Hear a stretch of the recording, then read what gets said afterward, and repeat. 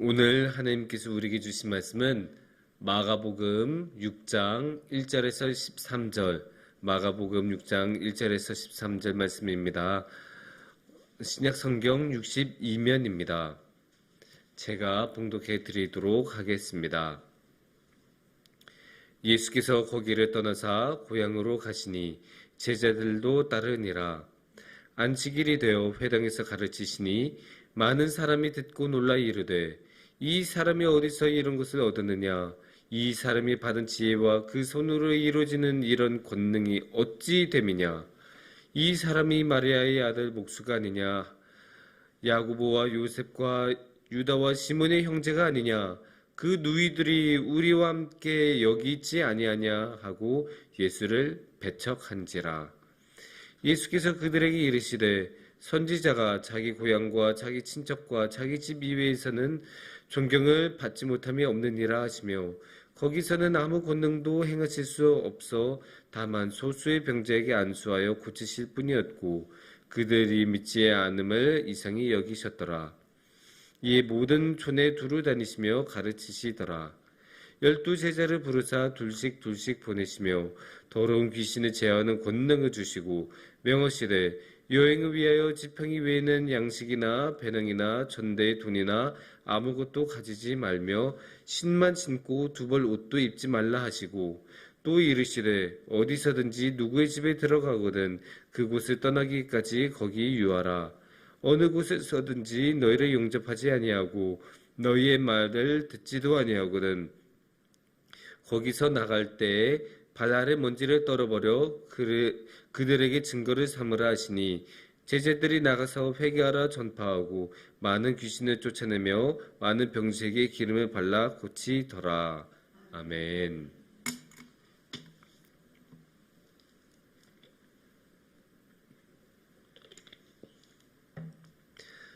요즘 식당을 운영하는 게 참 힘들다고 합니다. 물론 이렇게 말하면 언제는 식당을 운영한 게 쉬웠습니까? 라고 반문하실 수 있고 그것도 맞는 말씀입니다. 하지만 요즘 식당을 운영하는 게 참 힘들게 하는 한 가지 이유가 더 있습니다. 그건 바로 평점과 댓글입니다. 옛날에는 그런 게 없었지만 이제는 뭐 네이버나 어디를 검색해서 어떤 가게가 딱 나오면 쫙 나오죠. 이제 평점 뭐 별 4.3개 그 댓글 이 식당 참 좋아요. 이 식당은 친절하지 않아요. 막 많이 써져 있죠. 그렇게 평점하고 댓글이 많으니까 당연히 식당을 운영하는 입장에서는 사람 한 명 한 명을 다 신경 쓸 수밖에 없고 거기까지는 좋은데 굉장히 무리한 요구를 하는 사람들의 그런 것들까지 다 응대하는 수밖에 없습니다. 아무리 무리한 요구를 하더라도 식당 주인 입장에서는 이 사람이 또 인터넷에서 이상한 댓글을 쓰거나 평점을 아주 안 좋게 줘버리면 굉장히 또 손해가 되기 때문에 어쩔 수 없이 그런 것들을 다 들어줄 수밖에 없습니다. 특히나 그런 무리한 요구를 하는 사람이 유튜버라도 된다면 더 골치가 아파집니다. 왜냐? 유튜브에서는 딱 이렇게 해서 이 식당 아주 불친절해요, 아주 맛이 없어요 이렇게 올려버리면 식당 입장에서는 어떻게 할 수가 없어요. 그거를 회복하려고 하면 얼마나 많은 노력이 들어간지 모릅니다. 그렇게 하다 보면 당연히 식당은 사람들의 평판에 신경을 쓸 수밖에 없습니다. 이 사람들이 우리 식당에 대해서 어떻게 말을 하느냐를 신경 쓸 수밖에 없고 그런 거 하나하나 신경 쓰다 보면 손님들의 눈치를 볼 수밖에 없습니다. 이게 어쩌면 우리들이 살아가는 모습을 단적으로 보여준 것 같아요. 우리들의 삶에서는 다른 사람의 평판을 신경 써야 되는 경우가 너무 많이 있어요. 다른 사람의 평판, 다른 사람의 눈치를 보면서 살아가는 경우가 참으로 많습니다. 그게 어쩌면 슬프죠. 물론 사람은 다른 사람들하고 같이 살아가니까 함께 좋은 사회를 만들어 가야 한다는 의미에서 다른 사람들과 호흡하고 대화를 해야 합니다. 하지만 그 사람의 무리한 요구까지 들어줄 필요는 없는데 이렇게 평판을 항상 신경 써야 되는 것이 우리의 삶이다 보니 무리한 요구까지 들어줘야 하는 상황이 참으로 많이 옵니다. 그러면 이렇게 남의 평판, 남의 눈치 이런 것들을 신경 쓰면서 살아가야 한다는 게 참으로 안타깝고 우리 삶이 힘들게 만드는데, 그렇다면 우리는 그런 상황에서 어떻게 해야 하는 것일까요? 어떻게 우리는 남의 평판 앞에서 살아가야 할까요? 그럴 때 오늘의 말씀을 함께 읽고 생각해 보는 것이 도움이 됩니다. 오늘의 말씀을 보면 사실 일관된 말씀인가? 라고 생각하실 수 있어요. 왜냐면 두 가지 이야기, 두 가지 다른 주제를 가지고 있기 때문입니다. 1절에서 6절을 보면 예수님께서 고향에 도착하셨던 이야기입니다. 1절에 보면 특히 예수님께서 고향으로 가시니 라고 나오죠. 그래서 예수님께서 고향으로 가셨을 때 일어났던 일을 다루고 있습니다. 반면에 7절에서 13절은 조금 더 다른 이야기죠. 7절에서 13절은 예수님께서 어떻게 해요? 12제자를 둘씩 보내시며 라고 나오죠. 그러니까 예수님께서 제자들을 보내시는 이야기를 기록하고 있습니다. 그래서 7절에서 13절, 1절에서 6절, 오늘의 본문은 사실 이렇게 두 가지 이야기로, 두 가지 내용으로 나눠볼 수 있습니다. 이렇게 내용이 완전히 다른 것 같은데, 그러면 이 내용을 어떻게 하나로 묶고 하나로 생각해 볼 수 있을까요? 한 가지 이어지는 내용이 있습니다. 그게 무엇이냐? 환영을 받지 못한다라는 점입니다. 3절을 보면 너무나 정확한 말이 나오죠. 3절을 보면 마지막에 뭐라고 나와요? 예수를 배척한지라. 예수를 배척하였다. 너무나 명확하게 반대를 하고 있다라는 것을 볼 수 있죠. 배척을 받는데 환영을 받을 수는 없죠. 여기 보면 이렇게 고향에서 예수님께서 환영받지 못하고 배척을 받으셨다는 내용이 등장을 합니다. 반면에 11절에도 그런 느낌이 있어요. 11절을 우리가 함께 보시면 중간에 이제 이렇게 나오죠. 너희 말을 듣지도 아니하거든. 처음에 어떻게 시작해요? 어느 곳에서든지 너희를 영접하지 아니하고 너희 말을 듣지도 아니하거든. 영접하지 아니한다. 결국 그게 환영을 받지 못한다는 뜻이 될 것이고, 너희 말을 듣지도 아니한다. 이거는 아예 상대도 안 하겠다는 거죠. 그러니까 이것도 앞선 3절에 뭐하고 비슷해요? 배척한지라고 비슷하다고 볼 수가 있죠. 이렇게 보면 앞에 1절에서 6절에 배척한다. 또 7절에서 13절에 듣지도 아니한다. 이렇게 환영받지 못하는 모습으로 하나의 일관성이 있다고 볼 수 있습니다. 그렇다면 왜 이런 모습이 나타났던 걸까요? 앞부분에서는 사실 앞부분에선 처음부터 배척으로 시작을 하지는 않죠. 예수님께서 고향에 딱 들어가셨을 때 처음에는 좋았어요. 2절 말씀을 보면 처음에 어떻게 진행이 되는지 알 수 있는데 2절 말씀에서는 이렇게 말씀하고 있죠. 안식일이 되어 회당에서 가르치시니 많은 사람이 듣고 놀라 이르되 이 사람이 어디서 이런 것을 얻었느냐? 이 사람이 받은 지혜와 그 손으로 이루어지는 이런 권능이 어찌 됨이냐? 여기 보면 어떻게 돼요? 예수님께서 회당에 나오셔서 말씀을 전하셨어요. 그 말씀이 너무나 권위 있고 살아있는 하나님의 말씀 같아서 모든 사람이 놀라고 어떻게 저런 말씀을 전할 수 있지? 저런 말씀을 전할 수 있는 지혜가 어디서 나타났지? 이렇게 경탄을 하는 모습입니다. 경탄하는 건 좋잖아요. 예수님의 말씀이 올바르고 하나님의 권위 있는 말씀이라는 것을 인정하는 모습이기도 하고 그 모습이 너무나 놀라워서 경탄하는 것, 여기까지는 너무나 좋습니다. 하지만 거기서 어떻게 진행이 돼요? 3절 말씀을 보면 이렇게 진행이 됩니다. 이 사람이 마리아의 아들 목수가 아니냐? 야고보와 요셉과 유다와 시몬의 형제가 아니냐? 그 누이들이 우리와 함께 여기 있지 아니하냐 하고 예수를 배척한지라. 아니 그냥 경탄한 걸로 끝나면 아주 좋고 깔끔한데 여기서 이상하게 흘러가요. 아니 저 사람 저 사람 우리 동네 출신 아니야? 저 예수라는 사람, 그 형제도 우리하고 맨날 밥도 같이 먹고 축구도 같이 하고 그런 사람인데 그 누이들 지금도 우리하고 같이 빨래하고 같이 물 기르러 다니는 사람들인데 저 사람이 어떻게 저렇게 지혜를 얻었지? 저 사람이 언제 저런 능력을 얻었지? 그러면서 배척했다고 해요. 이게 뭐냐? 저 예수라는 사람, 우리하고 같은 수준의 사람이었는데 언제 저기까지 올라갔지? 이렇게 생각하는 거예요. 여기는 질투도 있고 시기도 있고 인정하고 싶지 않은 마음이 있는 거예요.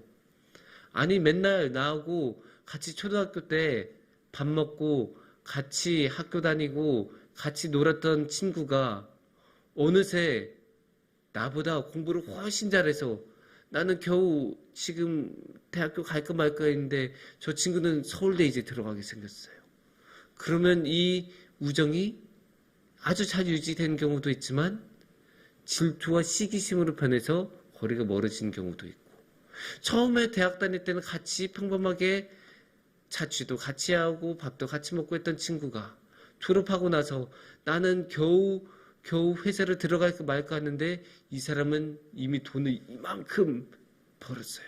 그럼 또 이렇게 되죠. 그러면 또 사이가 멀어져요. 한두 번은 같이 밥을 먹어도 그 다음에 이게 쭉 가는 게 쉽지 않아요. 왜냐? 나는 밥을 살 때 겨우 이 앞에 분식집에서 살까 말까 그 돈도 겨우 있을까 말까 하는데 이 사람은 식사를 할 때마다 아유 근데 왜가 하면서 고깃집 가고 횟집 가고 하면 이렇게 돼버리니까 아니 나하고 같이 놀 때 내가 언제 이렇게 됐지 하면서 시기와 질투심으로 가득 차게 됩니다. 그래서 이렇게 예수님을 배척하는 모습을 볼 수가 있어요. 아주 비슷한 너무나 인간적인 오늘날의 사람들 사이에서도 볼 수 있는 너무나 평범한 모습이라고 할 수 있습니다. 그 뒷부분에서는 제자들을 보냈을 때 배척받는 모습이라고 했죠.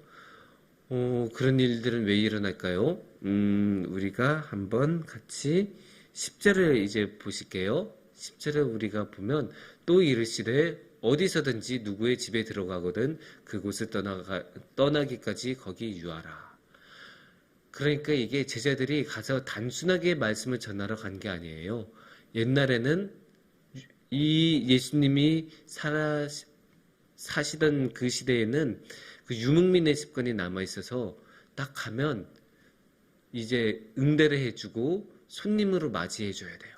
그럼 손님으로 맞이하면 거기 이렇게 계속 지낼 거 아니에요. 거기 며칠간. 그래서 여기 10절 말씀에서도 떠나기까지 유하라, 거기 있어라 라고 하는데 그러면 이 제자들을 맞이하는 입장은 마음이 여러 가지로 복잡할 수 있습니다.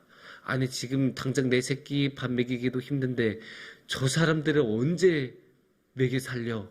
이런 생각할 수도 있고 그냥 손님 응대하는 게 너무 귀찮을 수도 있고 막 밥 해주고 물 떠다 주고 이런 게 그냥 귀찮을 수도 있고 아니면 그냥 이 사람들의 전하는 예수님의 말씀이 듣기 싫을 수도 있고 그냥 여러 가지 이유가 있어요. 그래서 어떻게 돼요? 그래서 11절을 보면 영접하지 아니하고 듣지도 아니한다 이렇게 되는 거예요. 그러니까 손님 응대하기도 싫고 귀찮고 막 그러니까 그냥 배척해버리고 영접하지 아니하고 귀를 닫아버리는 거죠.